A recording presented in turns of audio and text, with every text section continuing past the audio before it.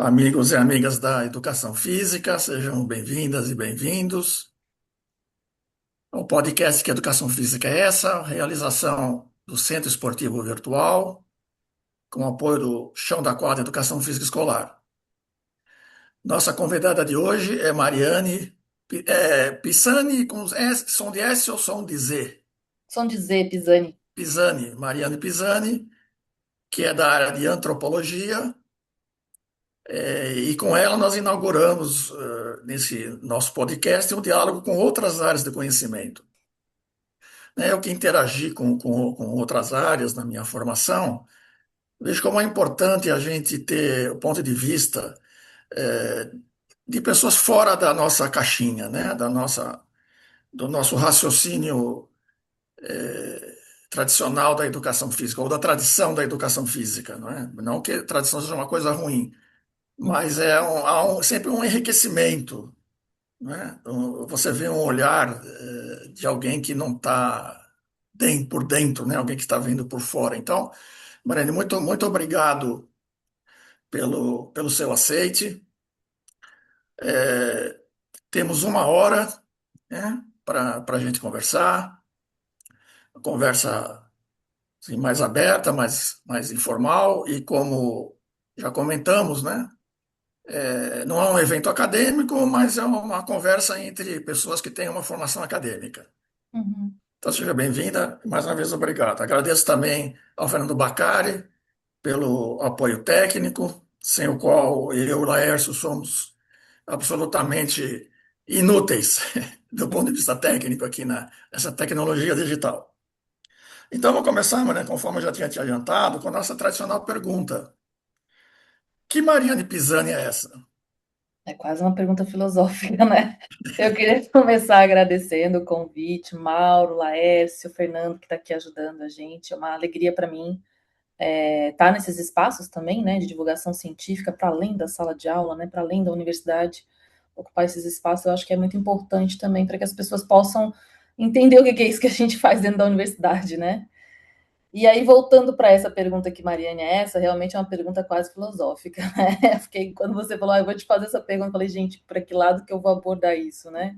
Mas você também foi super generoso e me deu algumas sugestões.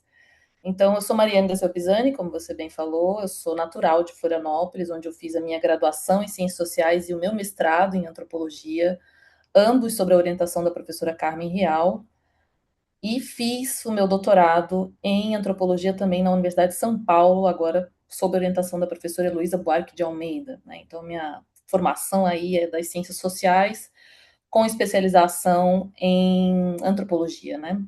O meu pós-doc também foi feito em ciências sociais aí na Argentina com a professora Verônica Moreira. E aí dessas trio de mulheres maravilhosas, né, que me acompanham aí desde a minha formação, tanto Carmen quanto Verônica trabalham com as práticas esportivas e Heloísa trabalha com a questão de gênero, né?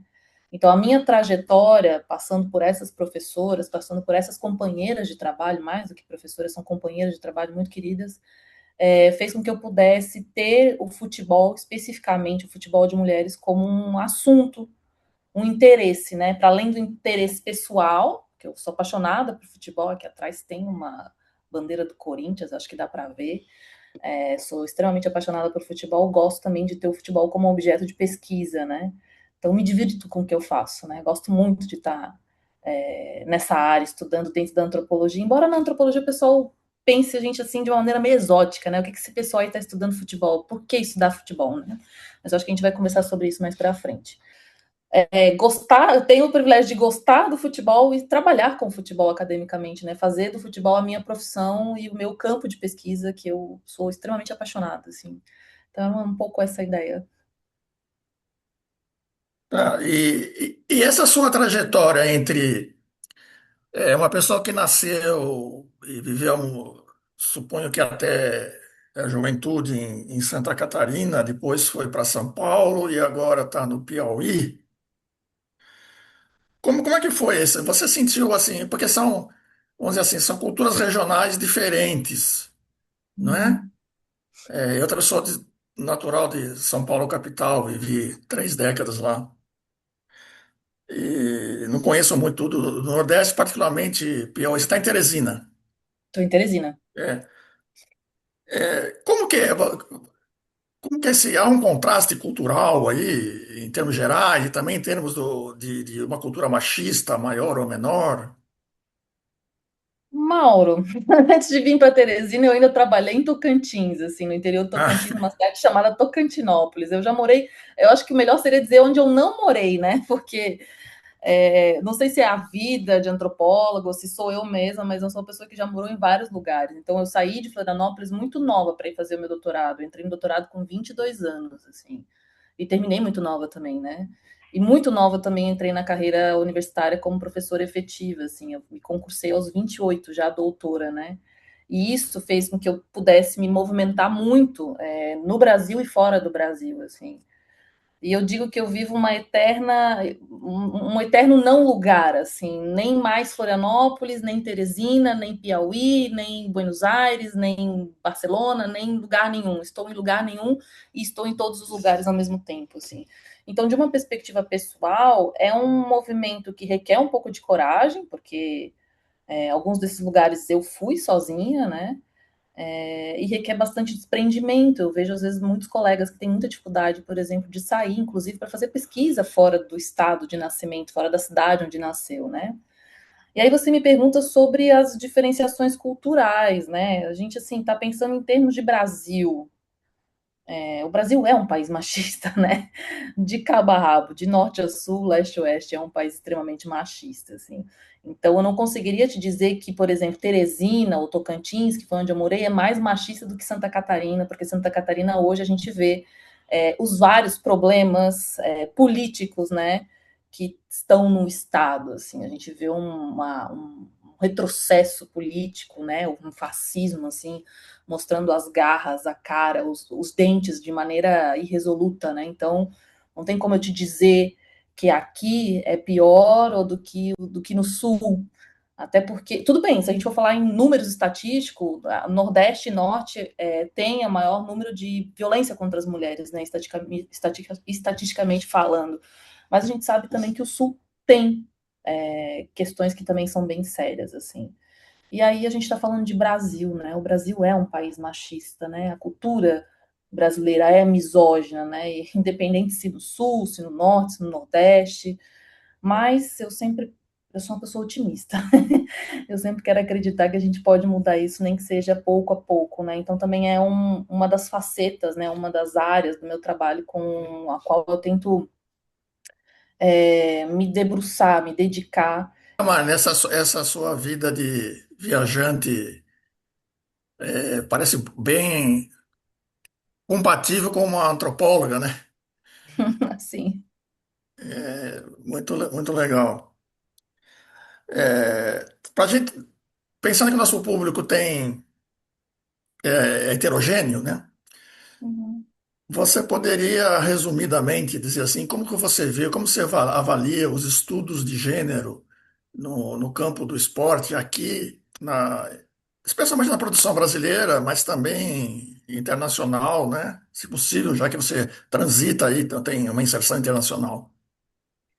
Olha, eu tenho percebido que é algo. Eu vou falar especificamente da área da antropologia, que é a área que eu tenho mais afinidade, embora eu conheça várias colegas e pesquisadoras da área da educação física também, que têm pensado os estudos de gênero há um tempo já, não é algo novo, tem pelo menos aí uns 26 anos, quase 30 anos, que a gente tem uma produção crescente sobre estudos de gênero nos esportes, especificamente no futebol. Se a gente for falar de trabalho acadêmico no Brasil sobre esportes, o futebol ele ocupa um top 3, um, 2 e 3, né? Ele está em todas as posições. Muito difícil você encontrar outros estudos sobre outras modalidades esportivas, isso muito porque e por conta do que o futebol representa no Brasil, né? Mas falando em termos de estudos de gênero nos esportes, eu tenho acompanhado e tenho percebido uma crescente a partir dos anos 2010. Isso também vem numa correlação de como, pelo menos na minha percepção, de como a mídia tem tratado essas modalidades praticadas por mulheres, né? Eu lembro que quando eu era criança, a gente conseguia ver com muita facilidade os jogos de vôlei da seleção feminina, né? E basicamente era isso que se via na televisão, assim.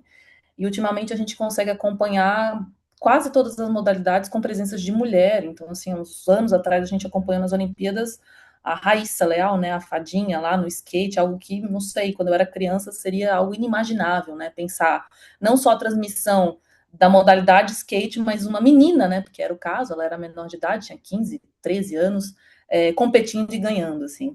E isso se reflete de alguma maneira também nas produções acadêmicas, né? Eu tendo a pensar que as nossas produções acadêmicas elas não estão descoladas do mundo. Se o fenômeno está no mundo, ele está dentro da academia sendo estudado também. Então, quanto mais a gente tem mulheres praticando, a mídia mostrando, a mídia vendendo, as pessoas consumindo esportes praticados por mulheres, mais a gente vai ter os estudos de gênero pensando o papel da mulher nessas práticas esportivas. Mas eu também gosto também de fazer um parênteses. Estudos de gênero não é só falar sobre mulher, né? Uma coisa que eu vejo pouco ainda é pensar gênero na perspectiva das masculinidades esportivas. Algo que se fala pouco, pouquíssimo, algo que os colegas homens, estudantes, estudiosos, mestrandos, doutorandos, encaram com pouca seriedade, que é pensar gênero masculino, né? Pensar a construção de masculinidade nesses espaços esportivos. Então, a gente tem uma ampliação, sim, dos estudos de gênero a partir da perspectiva das mulheres, aí pensando sexualidade, pensando machismo, pensando violência, pensando lesbofobia também, mas a gente ainda tem estudos muito incipientes, assim, pouquíssimos estudos pensando as masculinidades, especialmente. E por que você acha que isso é tão, a masculinidade é tão pouco objeto de atenção? Boa pergunta. Não sei, penso de uma parte, posso te responder essa de uma perspectiva feminista, né? Pensando em epistemologia também, né? A ciência, ela é a ciência ocidental que a gente tem, ela é uma ciência que se propõe neutra, né? Só que ela não é neutra. A ciência sempre foi feita por homens brancos, europeus, né, heterossexuais, e esse sujeito é o sujeito universal da ciência, né? Então não há por que estudar a si próprio, né? Não há por que falar sobre si mesmo, sobre a construção da sua própria masculinidade. Então a mulher acaba sendo esse outro na ciência, né? E aí poder reconhecer que a masculinidade também não é algo natural, não é algo que está dado, não é algo universal, e que existem diferentes formas de ser homem, é um passo ainda que a gente precisa dar. Mas já tem surgido alguns trabalhos sobre isso, né? Algumas coisas que eu tenho acompanhado, trabalho sobre calistenia e corpos negros, trabalho sobre cultura do estupro no futebol, trabalho sobre a construção de masculinidades mesmo entre homens trans que praticam futebol, praticam vôlei. Então a gente tem alguns estudos se abrindo para essas novas temáticas que são emergentes, né? Ah, muito bom, muito bom. Eu observei que você falou em futebol de mulheres, esporte de mulheres. Hum, A Juliana Gomes Jardim, que foi minha orientanda de mestrado, e fez a única vez que eu me aventurei a orientar um trabalho desse tipo, ela fez um estudo sobre futebol de salão feminino, universitário, né? Depois ela fez um doutorado é, sobre MMA de mulheres na Federal de São Carlos com a Larissa Pelúcio, não sei se você conhece. uhum, Eu conversei com ela, falei, ó, Júlia, me ajuda aí, porque não é, eu não domino aí, conversar com a Mariana e não quero passar vergonha, né? Então eu falo assim, ó, o pessoal prefere falar em futebol de mulheres ou futebol de homens do que feminino, né, ou masculino, porque aí você estaria adjetivando a modalidade, né? uhum, Futebol é futebol, né? Futebol uhum. não é masculino nem feminino. Então você como a Juliana, prefere falar em futebol de mulheres e futebol de homens, que aliás é a denominação da FIFA, né? Os torneios oficiais eles aparecem com o nome comercial futebol, Copa do Mundo de Futebol Feminino, né? E a dos homens é Copa do Mundo, só, né? Então, mas assim, Mauro, essa é uma decisão muito mais política e epistemológica do que o que a gente vê no mundo, no mundo real, fora dos muros da universidade, né? Você não vai ver, sei lá, numa transmissão de uma grande rede televisiva, o pessoal falando, futebol de mulheres. O pessoal vai falar, futebol feminino, né? Mulheres no futebol feminino. Mas isso é um movimento que vem aí desde o começo dos anos 2015, mais ou menos, que as pesquisadoras têm optado por usar futebol de mulheres, até porque o feminino ele tem uma noção muito específica de que corpos são esses que podem estar aí jogando, né? Que feminilidades são essas, e aí se a gente acompanha um pouco da história da educação física no Brasil, vocês sabem isso muito melhor do que eu, e da modalidade do futebol no Brasil, a gente vai ver que as mulheres elas foram interditadas por vários anos de alguns espaços em modalidades esportivas e foram indicadas a outras modalidades esportivas com base nessa ideia do que é ser feminina e praticar algum esporte, né? Então a gente tende a dissociar a ideia desse feminilidade, desse feminino e pensar em mulheres, pensando mulheres também como algo um pouco menos homogêneo, né? Mulheres de todos os tipos, formas, cores, tamanhos, sexualidades, credos, regionalidades e assim sucessivamente. Mas como eu te falei, é uma decisão muito mais teórica, epistemológica, do que algo que a gente vê refletido na sociedade, no senso comum, né? E às vezes até causa um estranhamento, assim, quando a gente vai falar. Mas é interessante que em inglês, né, que a denominação que a FIFA usa Women's, né? Women's Uhum, World Cup Brasil. sim, de mulher, sim. Só que assim, no na televisão brasileira, nas mídias brasileiras, falam futebol feminino, né? É, de Mas fato. pensa, Em depois inglês. essa consideração que a Juliana me fez, eu vou começar a falar futebol de mulheres, porque eu acho que ele foca nos atletas, nas pessoas, né? Sim, mais no sujeito e menos na Uma história, né? Na categoria história da universal. categoria universal, do que é esse feminino, de Ah, que corpos legal. são esses que podem ou não estar aí em campo, né? E por falar em Copa, você acha que 2027, especialmente aqui no Brasil, vai ser um ponto de virada para o futebol de mulheres? Eu espero que sim, que essa Copa do Mundo de futebol feminino, né, traga mais visibilidade para a modalidade. Todavia, a gente vem numa crescente muito positiva, sabe? A gente tem visto ao longo dos últimos anos mais investimento, transmissão de jogos que anteriormente não passariam, a criação e ampliação de campeonatos. Todavia, a gente continua tendo, por exemplo, alguns grandes dirigentes, não vou dar nome de ninguém, é só botar no Google e procurar, que fazem declarações que são terríveis sobre o futebol de mulheres, né? Como se fosse algo menor, como se fosse algo desinteressante. Então, assim, não adianta a FIFA vir e fazer um grande campeonato se localmente os nossos dirigentes continuam pregando esse ódio, né, a essa modalidade esportiva especificamente.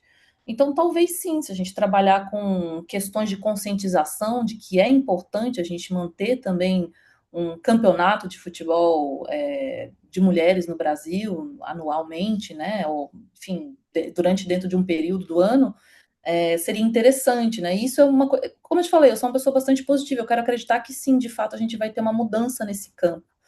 Mas como eu acompanho a modalidade há uns 20 anos, a gente sabe também que o futebol feminino no Brasil ele é feito de avanços e retrocessos, né? Avança um pouquinho, retrocede bastante. Avança mais um pouquinho, retrocede bastante, assim. Mas quero me manter otimista de que coisas boas vão acontecer futuramente. Parece que está uma previsão de que pela primeira vez a Copa FIFA de mulheres vai dar lucro, Uhum. né? E como nós estamos numa sociedade capitalista e o futebol, assim, nesse alto nível, está perfeitamente integrado no mercado, não é? Veja-se agora a tentativa frustrada do presidente da FIFA de vender para o mercado, né? Vender o futebol para o Uhum. mercado. Será que aí isso também pode ser um diferencial? Se começar a dar lucro, você vai começar a ter um maior investimento, né, da iniciativa privada, dos governos. Essa é a lógica, né, do mundo onde a gente vive. Essa é a lógica capitalista do mundo onde a gente vive, né? Tudo que dá lucro. O capitalismo ele coloca suas garras em tudo, né, Mauro? Tudo que é possível de ser vendido, o capitalismo coloca a mão. Então, eu gosto muito de usar o exemplo do movimento feminista, né? O capitalismo, essa grande coisa invisível aí que paira acima de nós, se apossou de alguns elementos, algumas iconografias para vender, né? Então, por exemplo, eu gosto muito daquelas imagens da Frida Kahlo, né? Então, se você é feminista, você compra uma eco bag, uma blusinha da Frida Kahlo, e tudo isso você vai alimentando uma roda aí, que você nem sabe qual é, mas você tá ali no meio. Então, sim, né? Se a gente tem um campeonato que vai dar lucro, vai ter. Dinheiro chama dinheiro, né? Dinheiro faz dinheiro ser movimentado. Então, a gente não pode também ser inocente a ponto de dizer, ai, que bom, o futebol feminino está crescendo, mas a troco de quê? Né? O que está sendo emulado aí por trás desse crescimento? Alguém está enchendo os bolsos de dinheiro. Inclusive, essa é uma das principais reclamações de alguns dirigentes brasileiros, né? Que não dá retorno, que não dá lucro. Então, se não dá lucro, não tem por que manter. As pessoas querem fazer dinheiro em cima da modalidade também. Então, assim, é meio que aquela questão Tostines, né? Vende mais porque é mais fresquinho, é mais fresquinho. Então, assim, como eu estava te falando, não tem como a gente saber o que leva ao quê, e onde começa e onde termina, né? Esses interesses Aham. com a modalidade. Mas pelo menos a gente tem, de alguma maneira, a representação dela hoje em dia, né? A gente pode consumi-la se a gente quiser. E você falou da Frida Kahlo, né? Das pinturas da Frida Kahlo. E a chuteira cor-de-rosa? Tá nessa mesma lógica, né? De alguma maneira, como você vê esse simbolismo aí? Será que é, as grandes empresas esportivas aí vão alimentar esse simbolismo aí, que nós vamos ter chuteiras cor-de-rosas no futebol de homens? Os meninos que se iniciam no futebol vão comprar chuteira cor-de-rosa? Isso tem alguma coisa a ver?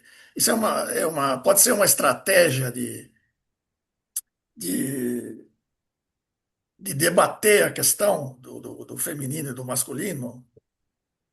Então, é, você deve ter acompanhado a Copa do Mundo, né? A gente tinha o quê? 48 seleções, nenhuma delas tinha cor de rosa na camisa, mas certamente você olhou para os pés dos jogadores e a grande maioria com chuteiras cor de rosa, né?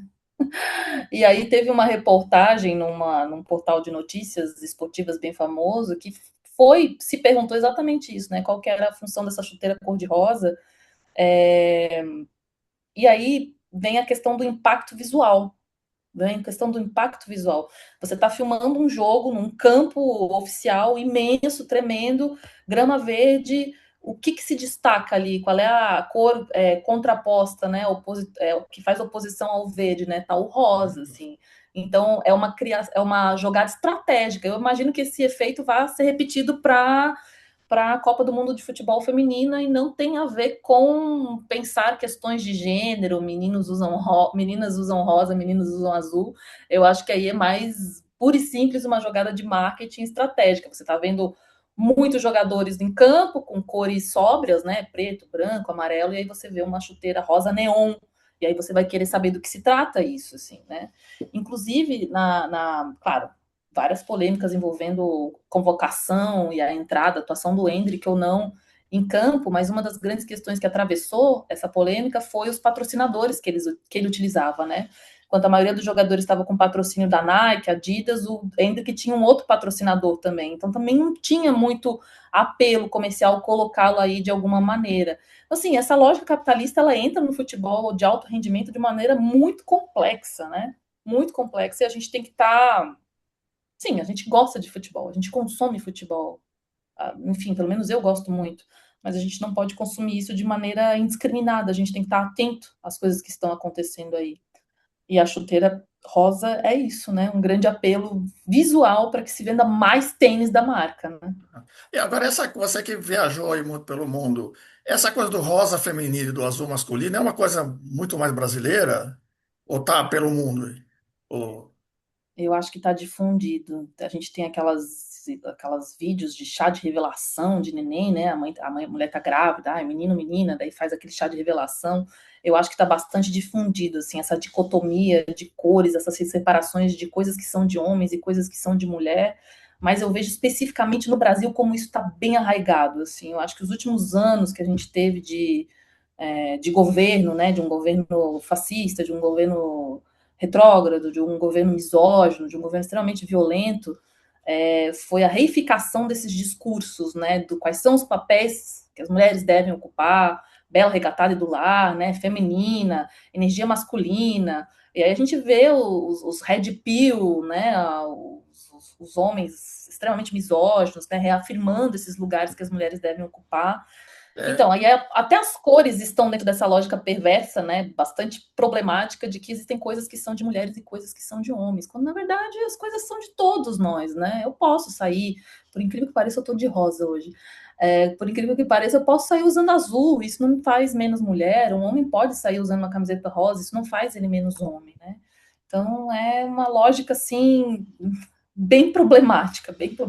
aliás, por coincidência, eu tô de De azul e rosa, rosa. tá de rosa também, viu? Só então, assim, a gente vê isso no Brasil e para mim é uma pena tremenda, né? Porque isso vai sendo incutido na cabeça das crianças desde muito novinho, né? Você vai nessas lojas de brinquedo, as prateleiras de brinquedos para meninos, elas são extremamente coloridas, todas as cores, né? Formas e vários elementos, brinquedos que mexem com o tátil, né? Com outras habilidades. E os brinquedos das meninas é a boneca e geralmente é um paredão de coisas cor-de-rosa, assim, né? Como se não pudesse haver outras formas de brincar sendo menina e outras possibilidades de criatividade, né? Uma coisa muito formatada, assim. Tudo Então, eu acho bom. isso muito perigoso, muito perigoso. Agora, te falando como um professor de educação física, que gosta muito de esporte e também de futebol. Na década de 80, eu fiz um estudo sobre a incidência de faltas, né, nos campeonatos brasileiros, e classifiquei um tipo de falta como comportamento desleal, tipo Uhum, segurar pela camisa, é, agarrar, né, e também a contagem dos cartões, né, amarelos e de expulsões. E essa Copa eu fiquei um tanto chocado já desde das primeiras rodadas da fase classificatória, com a quantidade de coisas de faltas, ou inclusive faltas não marcadas, né, não marcadas pelo árbitro, de agarrar, né, de empurrar, de segurar. Não estou nem falando das faltas violentas, né, com carrinho, com pisão e tal. Há 40 anos atrás, muitas dessas infrações seriam punidas com cartão amarelo ou mesmo expulsão. Desviar a bola com a mão. E a gente uhum, viu um festival disso com uma complacência dos árbitros. Eu vi algumas fotos, né, algumas imagens em foto parecia uma luta livre, né? Ou parecia uma dança, um agarrando, abraçando literalmente o outro. Eu não sei se porque essa Copa se caracterizou como um hiper espetáculo, com câmera de tudo quanto é lado, tudo quanto é ângulo, closes. Não sei se a gente passou a ver mais isso, se sempre teve. Eu tenho a impressão que isso aumentou. Por que eu estou perguntando isso? Porque me parece que o futebol virou quer dizer, uma estratégia do futebol fundamental passou a ser tirar o adversário da jogada, uhum, com o uso de braços, uhum. empurrão. Mas que parece que congelou. Não, tô te Tá me ouvindo, pode ouvindo? falar. E eu já, pelo menos desde a primeira Copa de Mulheres transmitida, me agradou muito a dinâmica do jogo. Parecia mais fluido, assim, sabe? Com menos catimba, com menos falta. Então eu te pergunto, será que em 2027 o futebol de mulheres também vai entrar nessa vibe de parar o adversário com o uso dos braços, segurando, empurrando? Vai ser um futebol também mais faltoso, vai mudar a dinâmica, vai mudar o estilo do jogo. Que eu espero que seja uma Copa diferente, né? Até porque essa Copa do Mundo, para mim, em termos de jogo, algumas partidas assim poderiam nem ter existido e alguns lances assim extremamente complicados, né? Claro que houveram lances que foram verdadeiras pinturas em termos de técnica, em termos de qualidade futebolística, né? Mas eu tendo a acreditar que as mulheres têm uma outra forma de jogar, né? Tem uma outra forma de se colocar dentro de campo, né? Eu gosto muito assim de pensar nessas comparações, da técnica também, da qualidade, né, dessa ginga, desse drible que se tem no jogo de futebol de mulheres, né? E isso vem muito no sentido também de que alguns homens dizem que é um futebol feio, né? Mas a gente vai ver tem jogadas que são maravilhosas também. E esse futebol que a gente acabou de ver no mês passado também era feio, tinha jogadas horríveis, assim como também tinha jogadas maravilhosas, né? Então, também totalizar tudo dizendo que futebol feminino é tudo feio, não dá. Também dizer que futebol masculino está totalmente equivocado, também não dá. Então, pode ser que a gente tenha uma tendência de ver um futebol diferente, mas pode ser que a gente também veja jogadoras se puxando, se agarrando, fazendo coisas assim que não são adequadas para o jogo, né? Mas geralmente o futebol de mulheres ele tem sim um pouco mais dessa fluidez, assim, um pouco mais do toque, né? Até porque são corpos menores, né? Então, correr todo o campo, né? Fica um pouco mais complicado em termos de rendimento físico. Então, tem a questão do toque, do passe, né? Tem que ser um passe bem feito, tem que ser um toque bem dado, tem que ser um cruzamento bem calculado, assim. Então, eu tendo a pensar o futebol de mulheres hoje, esse futebol que se consome, de uma maneira bem específica, né? É um outro jogo. Apesar de ser futebol, é um outro jogo que se joga. É outras coisas que Ah, estão ali sendo legal. emuladas e disputadas em campo. E a pergunta obrigatória para uma antropóloga. E, Existe um estilo brasileiro de jogar futebol? O futebol, de alguma maneira, representa de alguma maneira, simboliza a cultura brasileira, que é um discurso que a gente ouve muito, né? Em diversos níveis. tem antropólogos e antropólogos. Alguns antropólogos vão te dizer que não, e outros vão te dizer que sim. Eu, como apaixonada pelo futebol brasileiro que sou, não gosto de assistir futebol inglês, por exemplo, não gosto de assistir campeonato europeu. Eu acho que a gente tem um estilo que é muito nosso.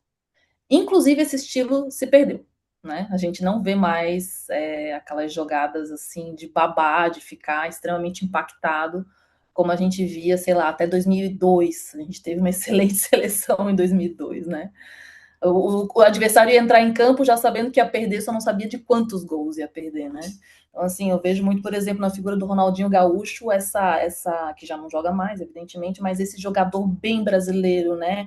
A ginga, a manha, a esperteza, o adiantar, né? A jogada, planejar, né? Ter uma malemolência ali que eu acho muito interessante. Então, para mim, sim, tem um estilo de jogo brasileiro, mas com essa venda e vai e vem de jogadores já muito novinhos, isso se acaba se perdendo um pouco, né? Porque eles vão para o mercado internacional e aprendem um outro estilo de jogo, que não é o nosso jogo do terrão, não é o nosso jogo da várzea, não é o nosso jogo do futebol de areia, é outro tipo de jogo, que é bom também, é eficaz, né? É força, é técnica e tudo mais, mas é outro jogo. Então, assim, eu acho que a gente, como brasileiro, não estou falando por todos, né? Quando a gente vê uma Copa do Mundo e vê a seleção brasileira, o que a gente queria ver é esse jogo brasileiro, esse jeitinho que é nosso, né? Esse jeitinho que é nosso que não é a força bruta, né? É a gingado, é a alegria de estar em campo, assim. A gente teve uns bons representantes, né? Eu acho que o Vini Júnior é um bom representante desse futebol brasileiro em campo, assim. Ele é maravilhoso, um excelente jogador, né? Mas, por outro lado, a gente tem aqueles jogadores que em campo parecia que estavam morrendo, né? Não conseguiam nem andar, que dirá correr atrás da bola, assim. Então, para mim, sim, como antropóloga, sim, a gente tem um jeito nosso de jogar futebol, que se perde às vezes, mas que eu acho que é possível de resgatar. Tá. É, é uma posição otimista, né? Sou Você é sempre, otimista.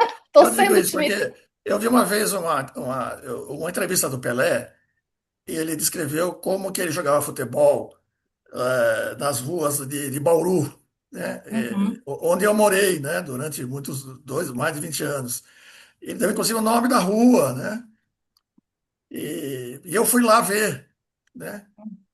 Então ele descrevia, era uma ligeira subida, né? Então tinha que jogar ou subindo ou descendo, né? Com uma bola de má qualidade, né? Então tinha o jogo da turma da rua A contra a rua B, e ele dizia assim, tinha 20 moleques de cada lado.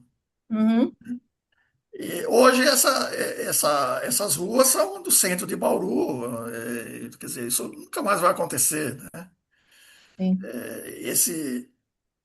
Esse, essa formação do futebol de rua, né? Como dizem alguns colegas da educação física, praticamente desapareceu com a urbanização.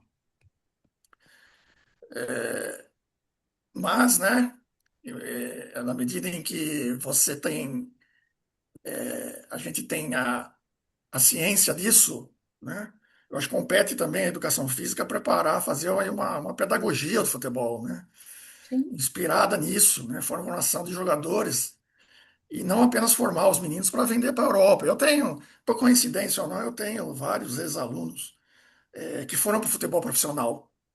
E eles me falam assim, ó, o objetivo dessas escolinhas de futebol é descobrir um talento, né, e vender o mais rápido possível para a Europa. sim, Então aí realmente teria que ter um amplo concerto entre todos os envolvidos para mudar esse modelo, né? Mas, de qualquer maneira, essa é uma discussão que está aparecendo, né? Sempre que o sim, Brasil é eliminado da Copa, aparece essa discussão, tipo, morre, né? sim. A discussão de que o futebol já não era mais aquilo, o futebol brasileiro já não era mais aquilo que era antigamente, né? Mas o mundo também já não é mais aquilo que era É, antigamente, né? O futebol, ele é um mercado hoje, né? Sempre foi, na verdade, mas ele é mais escancaradamente um mercado de transações e negociações hoje do que nunca, né? Os pais esperam que seus filhos sejam vendidos o mais rapidamente para o Real Madrid, para o Barcelona, para o sei lá para onde, para que entre muito dinheiro para a família, né? Então, não necessariamente está se pensando em termos de paixão, de habilidade, de ginga, de jeito, mas em termos de mercado mesmo. Quando que vai ser vendido, né? Quando que esse jogador aqui que foi descoberto lá na várzea de Guaianazes, lá no interior, em São Paulo, ou em qualquer outra cidade, na rua, ele vai poder angariar milhões e vai ter seu passe vendido para um grande clube estrangeiro, né? Então são poucos os ídolos que ficam no Brasil, né? A maioria deles é vendido muito novinho. E voltam, né, para encerrar exatamente. suas carreiras aqui. Voltam, não terminam lá. Isso que é engraçado, voltam para cá. Como uma redenção, né? Eu volto para me redimir de ter dado o meu melhor para fora, né? Eu não deixei na minha Tá. casa o que eu tinha de melhor, eu vendi lá para fora, então eu volto agora para encerrar a carreira aqui. É curioso, né? É curioso. Eu acho que daria um bom estudo, assim, o que Verdade. acontece com esses jogadores que saem, vivem uma vida inteira de um futebol no exterior e quando voltam, né? Voltam para finalizar geralmente a sua carreira profissional no mesmo clube onde iniciaram. Que conexão é essa, né? Antes de eu passar para a última parte aqui, eu pergunto para o Laércio chutar uma bola aqui dar um chutão aqui na grande área. Eu vim pela admiração que eu tenho pelo trabalho de vocês dois, pelo sonho que eu sempre tive na educação física da área de humanas. Uhum. Eu achava que eu era sociólogo, imagina. Mas aqui eu vou aparecer agora como arqueólogo, porque eu escrevi o meu mestrado em 1984 sobre mulher no esporte. E a pegada é a mesma, né? Eu dediquei o trabalho a Jorilda Sabino, criança, negra, mulher, esportista. Ela era um combo de discriminação e eu fui por esse lado. E o Uhum. SEV é um pouco isso, né? O SEV, ele existe em busca do direito da criança brincar, né? Futebol e mulher são dois pontos importantes, porque a menina também tem o direito de brincar de futebol, brincar de esporte, é isso. Então, essa conjunção, quando começamos a conversar com a Mariana, eu falei, bom, olha, um momento de fazer essa conjunção por conta da Copa do ano que vem. Eu tentei fazer alguma coisa aqui em Maceió por conta da Marta ser daqui, mas não tive sucesso, porque aqui não é sede, né? Então eu falei, não é sede, mas tem a Marta, então vamos fazer alguma coisa na universidade. A universidade topou, mas eu não consegui avançar. Mas a pegada mesmo é o direito, continua sendo do SEB, o direito da criança brincar. E uma das primeiras comunidades, das 200 que a gente já teve, é Mulher do Esporte. A gente tem que andar um pouco aí, a gente espera a ajuda do pessoal da antropologia, do futebol, né? Que nos ajude nessa expectativa ainda que a gente não perdeu de vista. Era só isso. Ah, e você mora perto de mim. Em 73 eu fui morar no Maranhão e estou na minha 36ª casa em Maceió. Eu conheço a sua tribo. Estamos perto, tá vendo? Esses pesquisadores estão tudo de um lado para o outro. A gente vai onde é necessário, né? Eu gosto de pensar que os caminhos da vida não sou eu que escolho objetivamente, a vida vai me levando para onde eu preciso ir, né? Tem uma escolha, mas também eu vou para onde precisa estar. Laércio, Eu vou. é sabino que Espera aí, vocês. espera aí. Eu tenho que falar, porque é alguém do Piauí, eu sou do Maranhão, e é uma coisa que tem uma rivalidade interessante. Tem, Ah, é?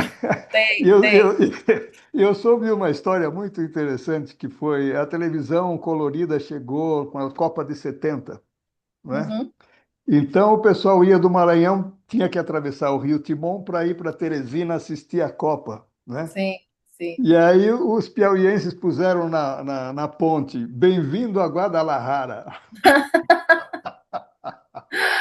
Ainda tem, essa rixa ainda Tem, tem, tem. tem, Tá tem. bem. Desculpa, eu Mas mudei de tá assunto. menor, tá menor, tá menor. Conseguimos conviver. Eu não sou piauiense, mas consegue se conviver com tranquilidade aqui, maranhenses e piauienses.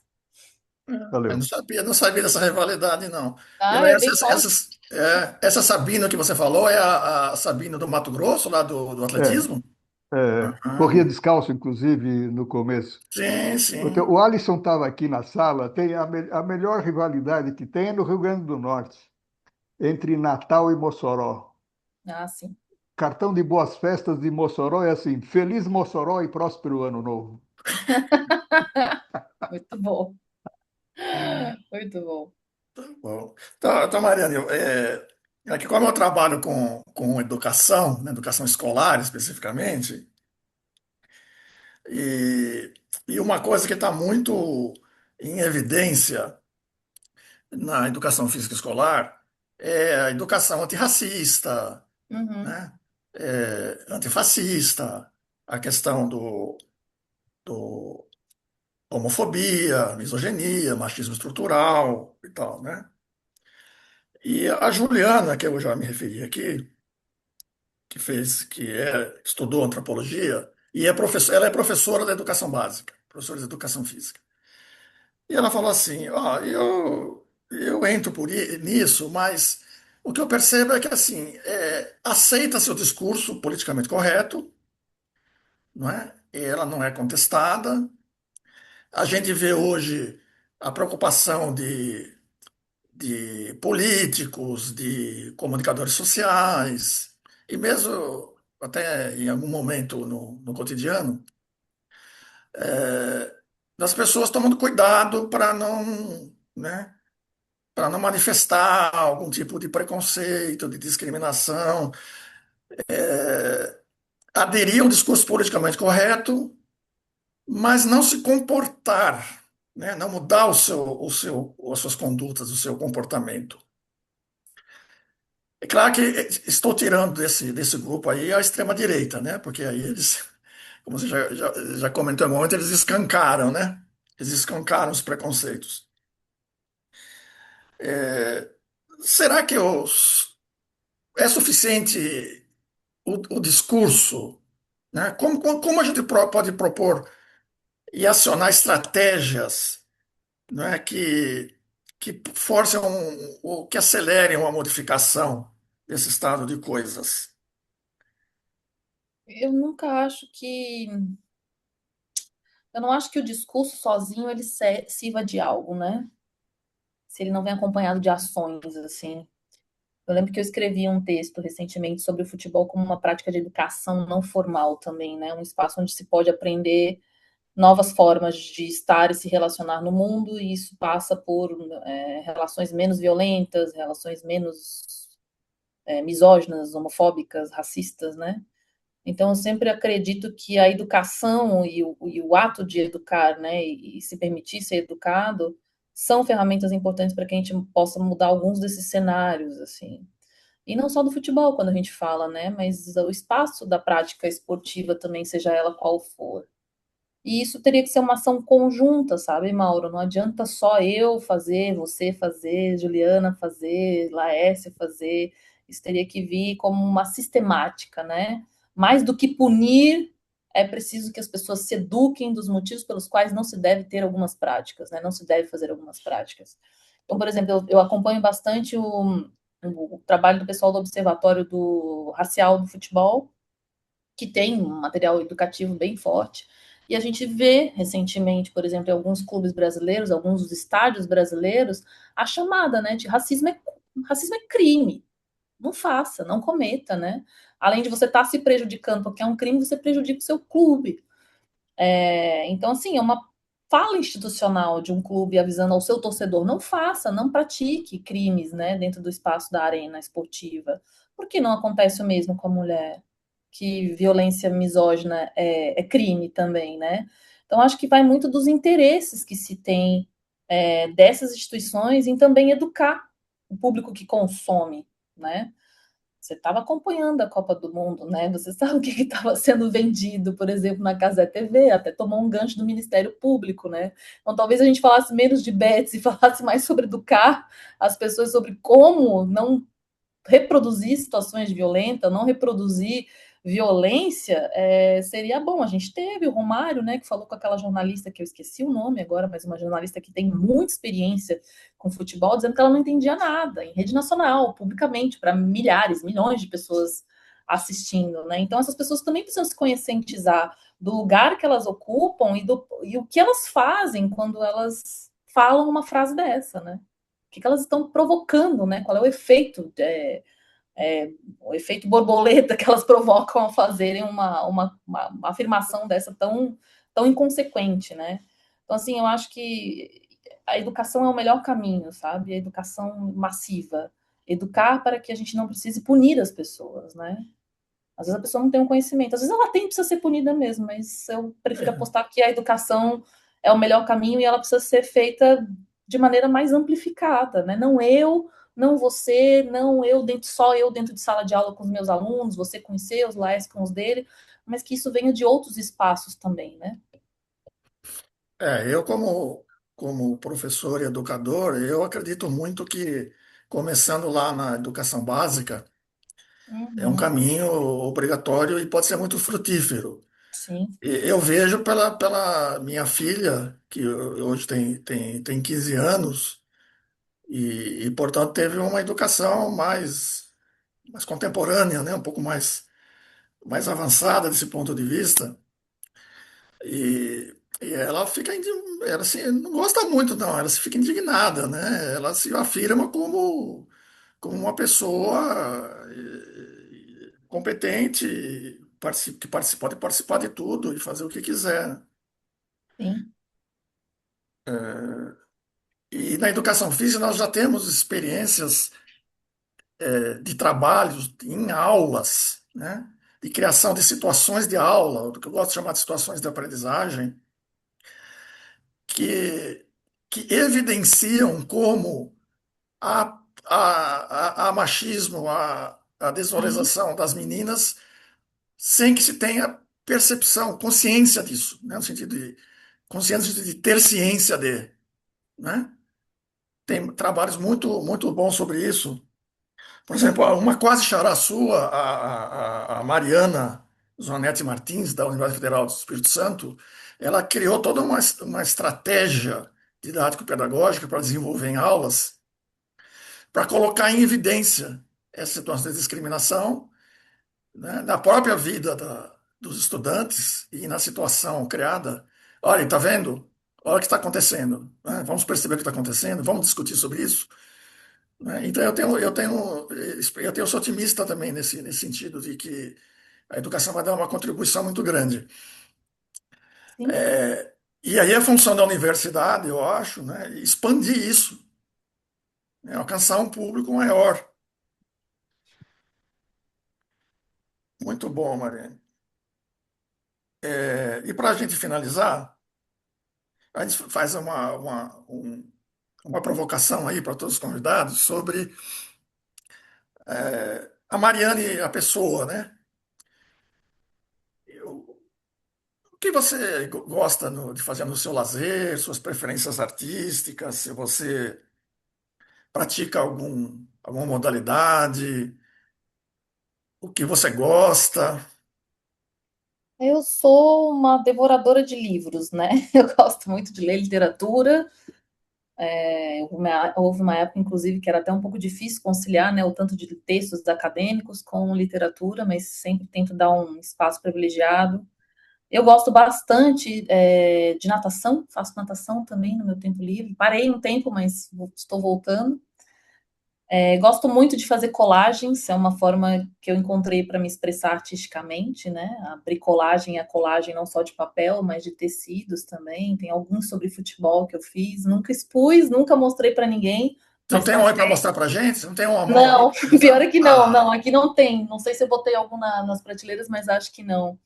É, E gosto muito de ficar na minha casa, assim, eu acho que eu tenho um estilo de vida muito agitado, né, de estar em aula, viajar para congresso, orientação de aluno, então eu sou uma pessoa que gosta muito do silêncio, aprecio muito o silêncio, aprecio muito a minha própria companhia, assim, claro, gosto de sair com pessoas também, com os amigos, mas gosto muito de ficar na minha casa, assim, lendo um bom livro, apreciando o calorzinho teresinense da minha sacada, deitada na minha rede, não tem nada melhor do que a casa da gente, assim. Então, me satisfaço com essas pequenas atividades. Nada excepcional, nada excepcional, coisas muito simples, assim, que me fazem mas muito feliz. literatura é uma coisa importante na vida de todo mundo. Super, Você tem assim, algum autores favoritos, livros favoritos? Podia O citar meu algum? autor favorito é o autor Gabriel Garcia Marques, e o meu livro favorito dele é O Amor nos Tempos do Cólera. Eu leio esse livro uma vez a cada um ano, mais ou menos. Eu acho esse livro fenomenal, fenomenal.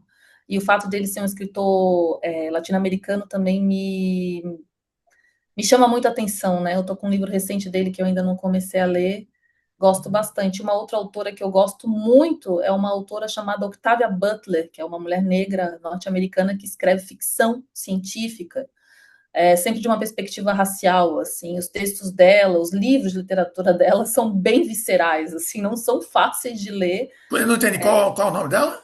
Octavia Butler.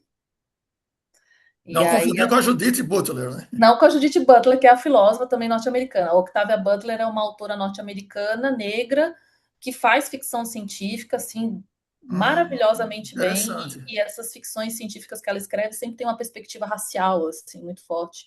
Então, um dos últimos livros dela que eu li, a personagem principal, ela voltava no tempo, e ela voltava no tempo da bisavó dela, que era escrava.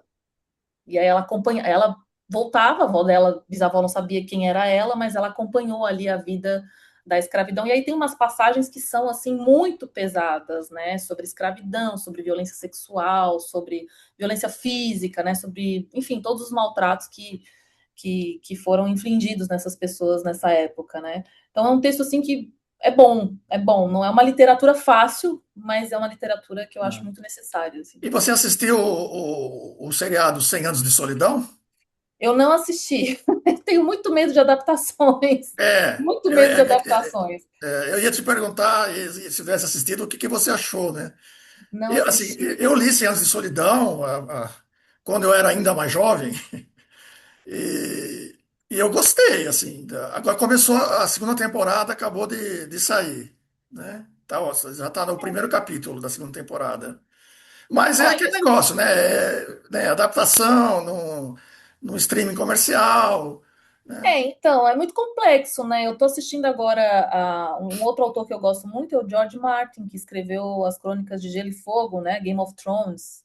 E agora tem uma nova adaptação do House of Dragons, né? Que é um outro livro, assim. A adaptação, ela corrompeu toda a história, ela tirou elementos que eram importantes, ela botou outras coisas que não existiam, trocou algumas coisas que eram interessantes de ser tratada. Então, assim, são obras distintas, né? O livro é uma coisa e a adaptação é outra. Ali tem a mão do São roteirista, do obras, né? editor, do cara que faz a edição.